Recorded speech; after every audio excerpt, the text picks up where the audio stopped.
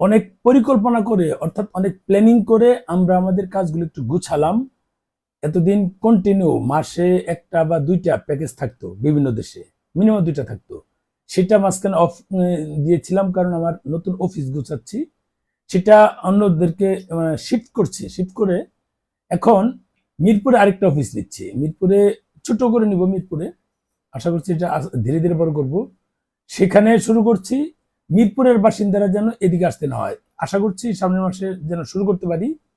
যদি না হয় তাহলে তো আমাদের অফিস এটা আছেই, একটা আছেই, সেখানে হয়তো তারপরের মাসে শুরু করব। তবে একটা অফিস দ্রুতই মিরপুর নেবো, এটা হচ্ছে মেইন। আমার কাজগুলো শিফট করছি, এখন কন্টিনিউ ব্লগ বানাবো আপনাদের নিয়ে।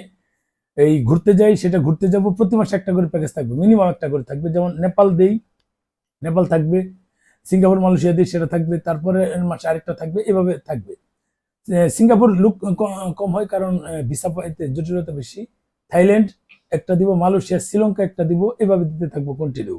এরপর নেপাল তো একটা আছে, প্রয়োজনে প্রতি মাসে একটা করে প্যাকেজ দিয়েই আমরা এই মুহূর্তে সময়টা পার করি এই বছরটা।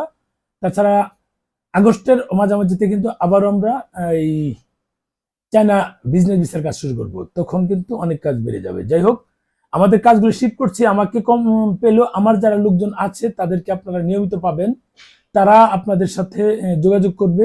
মানে আমি স্ক্রিনে যে নাম্বারগুলো দিব সেই নাম্বারগুলোতে কিন্তু আমাকে না পেলেও আমার যে নিবেদিত লোকগুলো আছে তাদেরকে পাবেন। তাদের সাথে কথা বলে আপনারা আপনাদের কাজগুলো শেষ করতে পারবেন, কোনো অসুবিধা নেই। যদি এমার্জেন্সি কিছু প্রয়োজন হয় আমাকে ফোনে না নিয়ে আপনারা অফিসে চলে আসলে পাবেন।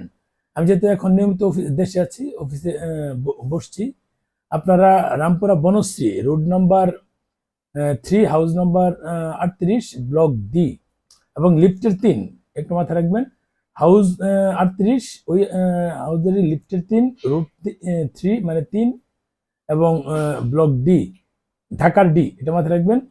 এইখানে যে রাস্তার পাশে একটা কয়েকটা হাইরেজ বিল্ডিং হয়েছে ডি ব্লকে, মানে কেন্দ্রীয় মসজিদের পাশেই, এবং যেটা হচ্ছে এই মতিঝিল আইডিয়াল স্কুল অ্যান্ড কলেজের পাশেই বিল্ডিংটার ওখানে একটা স্বপ্ন আছে।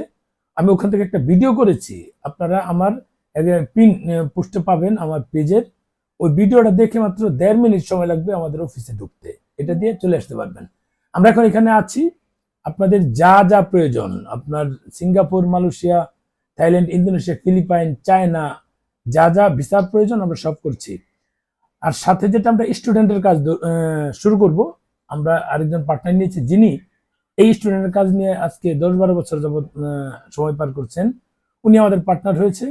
বর্তমানে ফিনল্যান্ড, অস্ট্রেলিয়া, ইন্ডিয়া, এই তিনটা নিয়ে মানে ব্যাপক আকারে শুরু করব। ফিনল্যান্ড, অস্ট্রেলিয়া, ইন্ডিয়া, এই তিনটা আছে। আর অন্যান্য দেশ ও ভাই কি কি করে সে আমাকে একটা লিস্ট দিবে, সেই অনুযায়ী আমরা কাজ করব।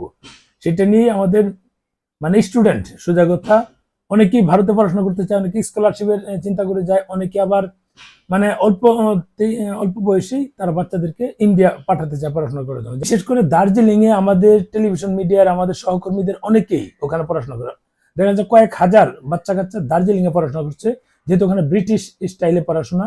ব্রিটিশ স্টাইলে বলতে, যেহেতু দার্জিলিংটা ব্রিটিশ আমল থেকেই তারা একটা সিলেক্টিভ একটা এরিয়া হিসেবে তারা তৈরি করে, ওখানে অবকাঠামো, ওখানে শিক্ষা ব্যবস্থা, ওখানকার যাতায়াত সবকিছু। যেমন আমরা ওখানে দেখি ওই টয় ট্রেনটা কিন্তু ওখানে দার্জিলিং আছে, শিলিগুড়ি থেকে যায়, খুব রিস্কে যায়, তখন থেকে যাচ্ছে, এখনো যাচ্ছে।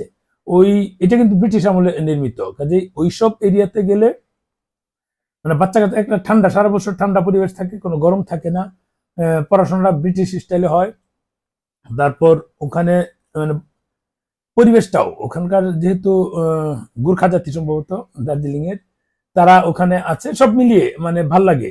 আমাদের এখান থেকে বাচ্চা কাচ্চারা যারা যাচ্ছে, টেলিভিশন মিডিয়া বলি, অথবা ডাক্তার দম্পতিদের অনেক বাচ্চা কাচ্চা আছে, অথবা যারা উকিল বা অ্যাডভোকেট আছে তাদের অনেক বাচ্চা কাচ্চারা ওখানে পড়াশোনা করে। আমি তো জানি আমাদের মিডিয়ার অনেক সাংবাদিকদের বাচ্চা কাচ্চা ওখানে পড়াশোনা করতো, দেখতাম। এখন এখানে নিয়ে আমরা কাজ শুরু করছি।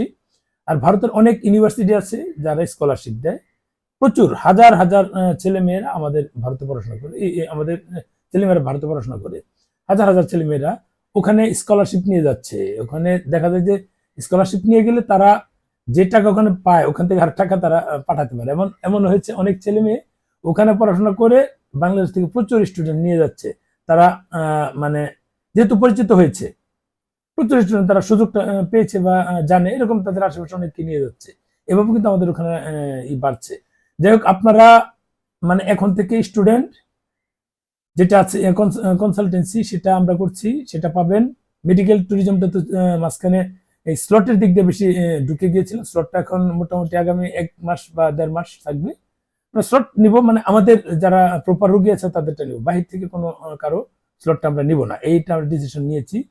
যাই হোক, আমরা দ্রুতই মানে এই কাজগুলো শুরু করবো, অর্থাৎ 1-2 তারিখ থেকে আমাদের স্টুডেন্টের কার্যক্রমটা ফুল শুরু হবে। এবং এই মেডিকেল ট্যুরিজমটা এখন থেকে যেহেতু আমরা করছি, মাঝখানে অনেক রোগী পাঠিয়েছি বিভিন্ন জায়গায়, এখন সেটা প্রচারণাটা ব্যাপক আকারে চালাবো। আপনারা পাশে থাকুন।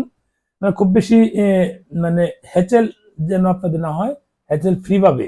এমনি তো স্লট নিয়ে 100-150 নিয়ে রাখি, এখানে আপনাদের অনেক সময় লেট হয়, তখন আশা করি এমার্জেন্সি পেশেন্টদের আর লেট হবে না, দ্রুত আমরা কাজটা করে, কারণ স্লট বাণিজ্য বন্ধ হবে না, আমি চাইলে হবে না। সেটা থেকে আমি বের হয়ে যাচ্ছি। আমার শুধু যেগুলো প্রপার রোগী তাদের জন্য আমি কাজগুলো করবো, এখন থেকে আর কোনো পোস্ট হবে না স্লট নিয়ে।